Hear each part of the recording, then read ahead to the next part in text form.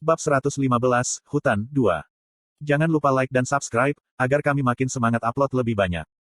Meskipun Ancila adalah nyonya kedua dari keluarga utama, dia tidak bisa mengendalikan anak angkatnya yang berani.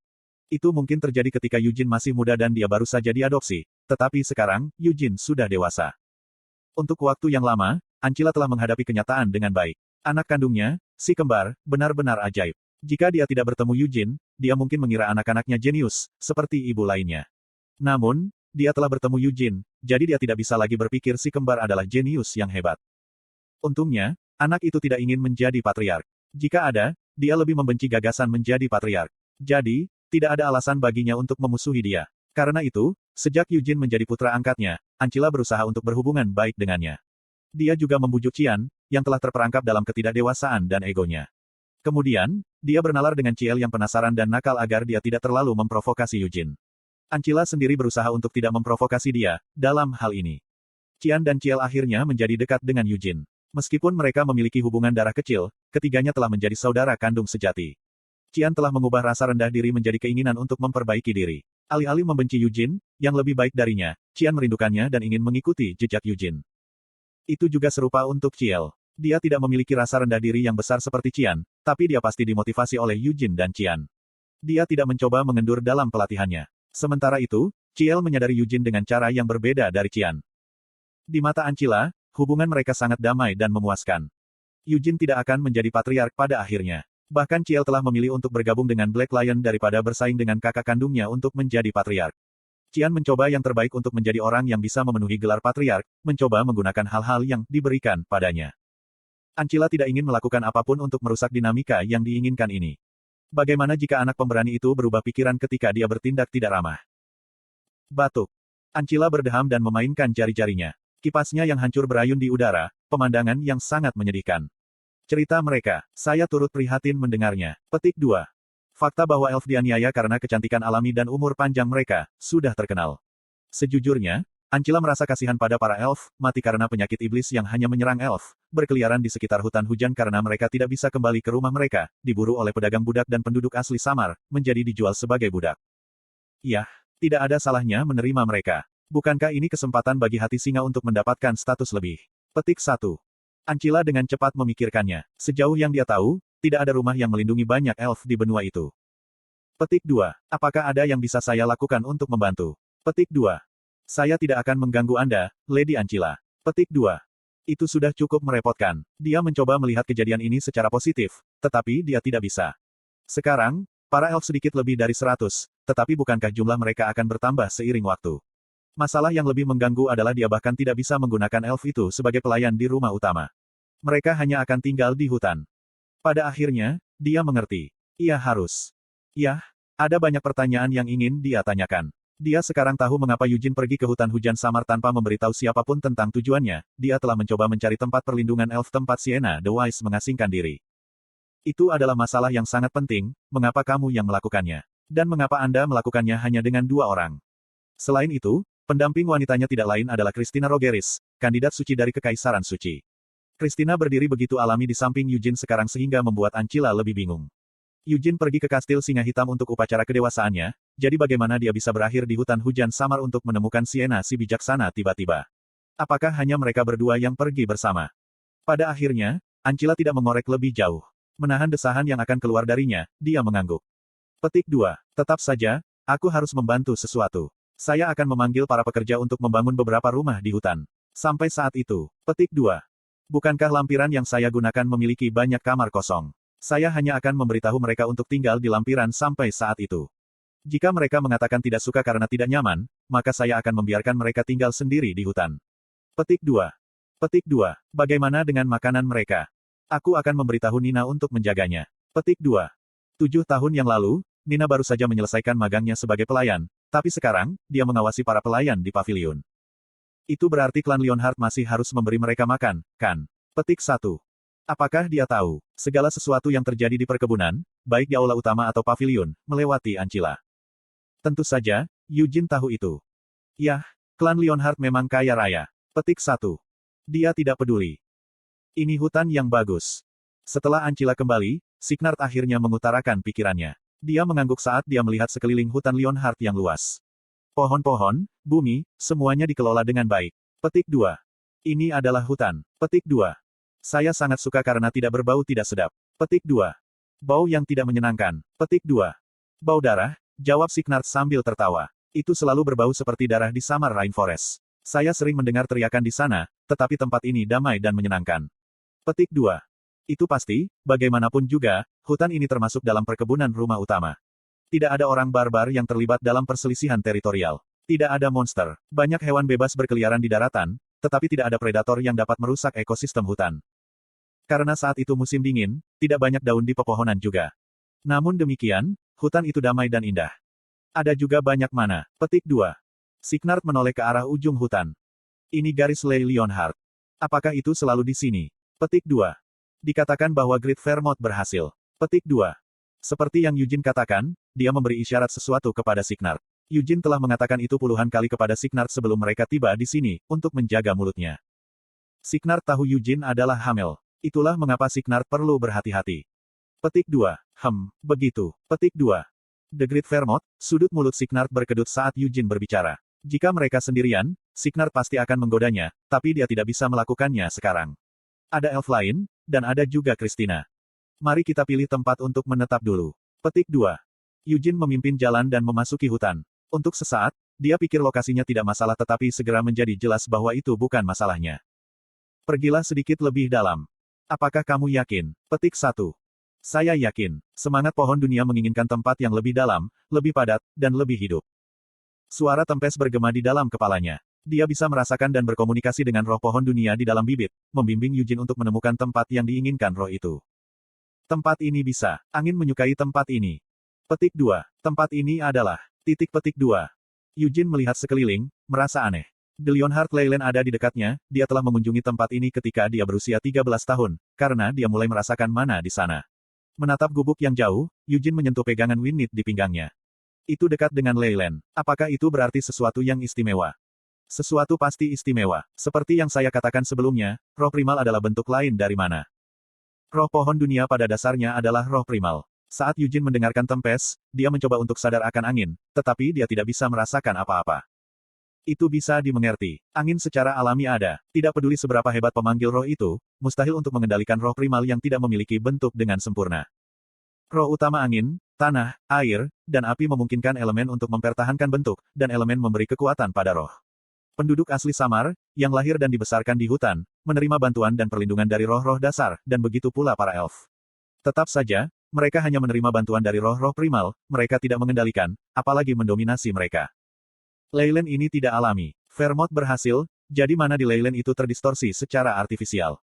Sulit dipercaya, tetapi Vermouth benar-benar berhasil melakukannya. Tempes menjadi embusan angin dan melayang di sekitar Eugene. Hamel, Anda harus tahu ini juga, tetapi mana di Leyland buatan itu tidak terbatas. Mana ada di mana-mana di dunia, dan Leyland memiliki jumlah mana yang sangat besar. Namun, itu tidak terbatas. Jika seseorang melatih mana mereka dalam Leyland, mereka bisa maju dengan cepat. Namun, jika seseorang tinggal terlalu lama di Leyland, mana di Leyland pada akhirnya akan habis. Itulah mengapa Leyland Lionheart berada di bawah manajemen yang ketat. Jika Anda menanam bibit pohon dunia di tanah ini, Leyland akan menjadi lebih lengkap. Apakah kamu mengatakan mana di wilayah ini akan meningkat? Kurasa begitu. Eugene juga tahu bahwa Leyland itu nyaman. Namun, semakin dia menguasai mana, semakin sedikit dia mendapat manfaat dari Leyland. Inti bukanlah sesuatu yang bisa diperkuat hanya dengan banyak mana. Leyland biasa manapun akan mendapat manfaat dari ini. Pohon dunia di tempat perlindungan elf muncul di benak Eugene. Mana di tempat kudus hampir tidak ada, tetapi ada lebih banyak mana di dalam pohon dunia daripada di tempat lain yang diingat Eugene. Aku membuat pilihan yang baik dengan membawa mereka ke sini, tiba-tiba Eugene bergumam. Apa yang kamu bicarakan? Signard bertanya balik. Membayangkan kalian akan hidup bahagia di hutan ini setelah melalui semua kesulitan sialan itu, hatiku sangat tersentuh. Petik 2. Eugene membuat alasan. Alasannya menyentuh hati Signard dan para elf. Eugene menggerakkan angin dan buru-buru membersihkan tanah yang tidak rata. Setelah itu, dia menggali lubang di tempat tempes yang ditunjuk dan menanam bibit dan cabang pohon dunia. Petik 1. Tidak ada yang terjadi. Eugene hendak membicarakan hal ini, tetapi dia dikejutkan oleh perubahan yang tiba-tiba. Dia membungkuk dan membelai tanah dengan tangannya. Dia bisa merasakan kehangatan samar di tanah yang kering dan dingin ini. Ada juga sedikit getaran. Akar bibit menyebar jauh dan jauh ke dalam bumi, sementara cabang-cabangnya dengan penuh semangat membentang lebar. Daun mereka menjadi lebih hidup. Cabang-cabang dari pohon dunia itu sendiri juga sedikit goyah. Ah! Elf berseru melihat pemandangan itu. Mereka mendengar suara gembira hutan. Bersama dengan Signard, para elf yang lahir di tempat kudus melihat pohon dunia yang agung di bibit dan cabang kecil. Beberapa elf meneteskan air mata karena mereka tidak bisa menahan kegembiraan mereka lagi. Konten iklan. Petik 2. Memang, Christina mengungkapkan kekagumannya dengan suara rendah dan membawa tangannya di depan dada. Hal-hal ini adalah keajaiban sejati. Petik 2. Mukjizat ini tidak dilakukan oleh Tuhanmu. Petik 2. Ya, saya sadar akan hal itu. Namun, wahyu Tuhan membawa kita ke sini. Tidak semua mukjizat dilakukan oleh Dewa Cahaya sendiri, tetapi setiap mukjizat memiliki cahaya. Petik 2.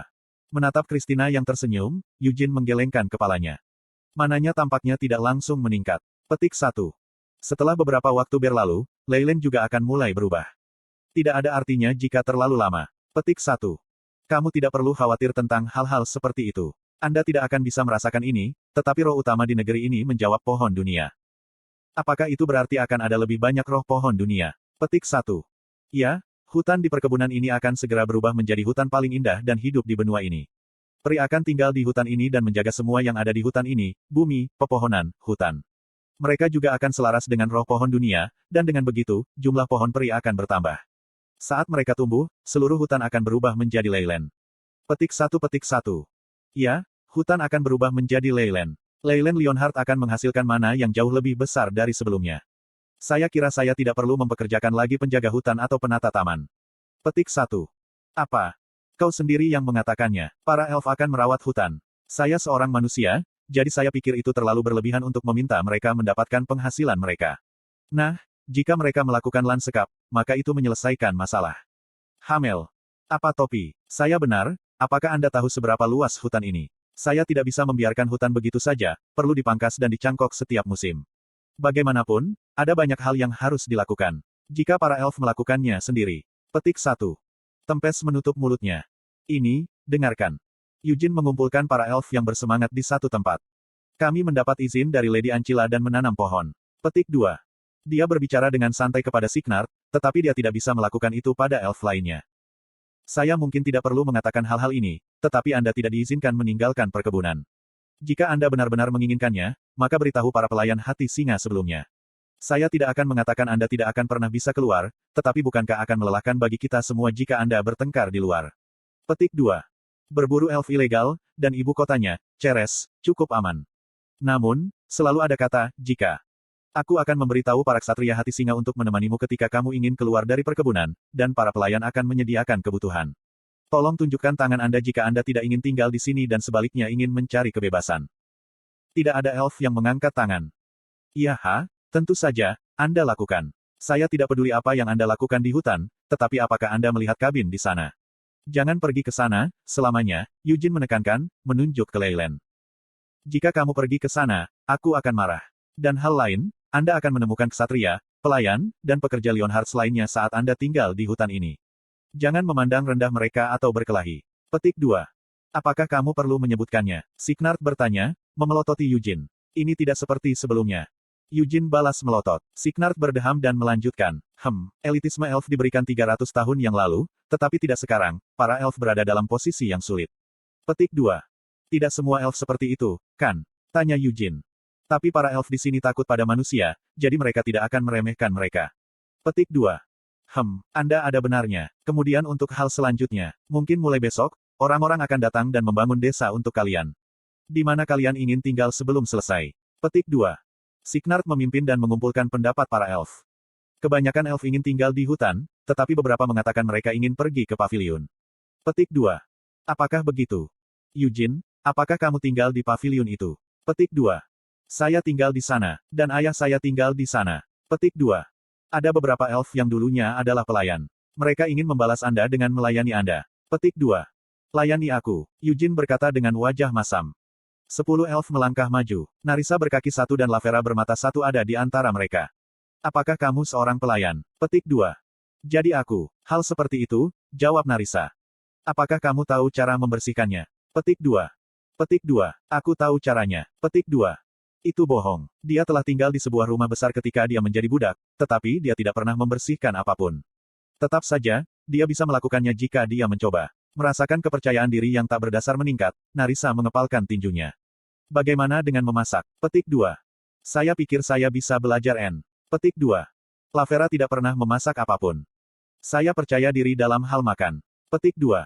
Ini bukan kebohongan. Pada hari-harinya dilecehkan sebagai budak, Lavera telah memakan segala macam hal yang menjijikkan dan mengerikan, lalu muntah dan menderita untuk memuaskan keinginan sadis tuannya. Petik 2. Mereka mengatakan mereka ingin membalas Eugene dengan menjadi pelayannya, jadi tidak banyak yang bisa Eugene katakan tentang itu. Selain itu, melatih pelayan magang bukanlah pekerjaan Eugene. Nina akan mengurusnya. Petik 1. Dia juga tidak terlalu peduli. Prajurit gurun, Laman Sulhoff, telah mengalami krisis identitas selama beberapa bulan terakhir. Jenggot adalah simbol kekuatan bagi orang-orang gurun. Orang-orang rendahan tidak boleh memiliki janggut. Di Nahama, semakin besar kekuatan yang dimiliki seseorang, semakin lebat dan sejuk janggutnya. Mantan Master dan Emir Kajitan Laman, Tairi Al-Madani, memiliki janggut lebat. Jenggot Laman tidak ada bandingannya dengannya, tapi tetap saja cukup rapi. Itu adalah kegembiraan kecil Laman dalam hidup untuk menyikat janggutnya menggunakan minyak wangi setiap pagi. Jenggotnya yang berharga telah dicukur pada hari pertamanya di rumah Leonhard. Sejak dia datang ke Kiel, ke klan Hati Singa, dia harus mengikuti hukum Hati Singa. Ironisnya, tuan barunya, Eugene, bukanlah orang yang menegakkan hukum di Laman. Yang melakukannya adalah Nina. Dia mengawasi para pelayan di pavilion ini dan dia tidak mengizinkan Laman untuk memelihara janggutnya. Alasannya sederhana, janggutnya tidak cocok dengan pakaian pelayannya. Laman berpendapat bahwa dia adalah seorang pejuang, tetapi sejauh menyangkut Nina, satu-satunya prajurit di sini adalah para ksatria dari rumah utama. Laman tidak bisa menjadi ksatria dari rumah utama. Nina tidak memiliki wewenang untuk memberinya gelar ksatria, dan Eugene tidak ingin melakukannya. Pada akhirnya, Laman telah menjadi kepala pelayan. Dia berlatih dari waktu ke waktu, tetapi dia menghabiskan sebagian besar waktunya di pavilion, menangani pekerjaan sepele yang diberikan oleh Nina. Penyebab krisis identitasnya adalah bahwa dia secara tak terduga menikmati karya-karya itu. Tuan besar, Gerhard, lucu dan baik hati. Nina memang keras pada Laman, tapi dia merawatnya sehingga dia tidak akan kesulitan tinggal di rumah Leonhard. Pelayan lain, yang lebih dulu waspada terhadap Laman karena dia berasal dari Nahama, menjadi ramah setelah melihat Laman bekerja keras. Dia belum pernah mengalami kehidupan seperti ini di Nahama. Tempat ini adalah damai dan bagus. Tidak ada badai pasir, tidak ada prajurit yang memeriksanya, dan tidak ada konspirasi yang mencurigakan. Namun, Laman tidak pernah melepaskan harga dirinya sebagai tangan kanan Eugene. Dia bekerja sebagai kepala pelayan pavilion sekarang, tetapi suatu hari nanti, dia akan kembali menjadi seorang pejuang dan mengikuti jejak Eugene. Eugene tidak pernah mengatakan hal seperti itu kepada Laman, tetapi itulah yang direncanakan yang terakhir. Tuannya telah menyelamatkan hidupnya tidak hanya sekali, tetapi beberapa kali. Laman harus membayarnya entah bagaimana. Petik 2. Laman dengan linglung berdiri dan menatap Eugene. Tidak, dia melihat ke 10 elf yang berdiri di belakang Eugene. Para elf itu sangat cantik. Ada laki-laki dan perempuan, dan elf laki-laki sama cantiknya dengan perempuan. Kamu benar-benar sesuatu yang lain, Tuan Eugene. Laman terdiam sejenak, tapi kemudian dia mengangguk. Kamu punya harem elf. Bahkan harem mantan tuanku, Tairi Al-Madani, hanya memiliki satu elf. Petik 2. Apa yang kamu bicarakan? Kata Eugene sambil menendang tulang kering Laman. Laman berteriak dan meraih tulang keringnya yang sakit. Orang-orang ini akan bekerja di sini, mulai hari ini. Petik 2. Maaf. Petik 2. Laman mengangkat kepalanya karena terkejut. Lalu bagaimana denganku? Bagaimana denganmu? Jika para elf itu bekerja di pavilion ini, apakah aku akan menjadi seorang pejuang dan mengikutimu? Petik 2. Kenapa kamu terus berbicara omong kosong? Petik 2. Kaget, Eugene menatap Laman. Aku membawamu ke sini karena kau bilang ingin ikut. Itu dia. Petik 2. Kamu telah menyelamatkan hidupku 2 kali, Tuan Eugene. Sebagai seorang pejuang, aku hanya ingin membalasnya. Petik 2. Kamu tidak bisa melakukan apapun untukku sekarang. Tidak dengan keterampilan Anda, anyway. Jadi, jika Anda ingin membalas saya, teruslah bekerja keras di sini, kata Eugene. Laman tidak merasa terhina oleh ucapan Eugene. Saya akan mencoba membantu Tuan Eugene. Petik 1. Laman bertekad untuk tidak mengabaikan pelatihannya sebagai seorang pejuang, sambil dengan setia menjalankan tugasnya sebagai kepala pelayan.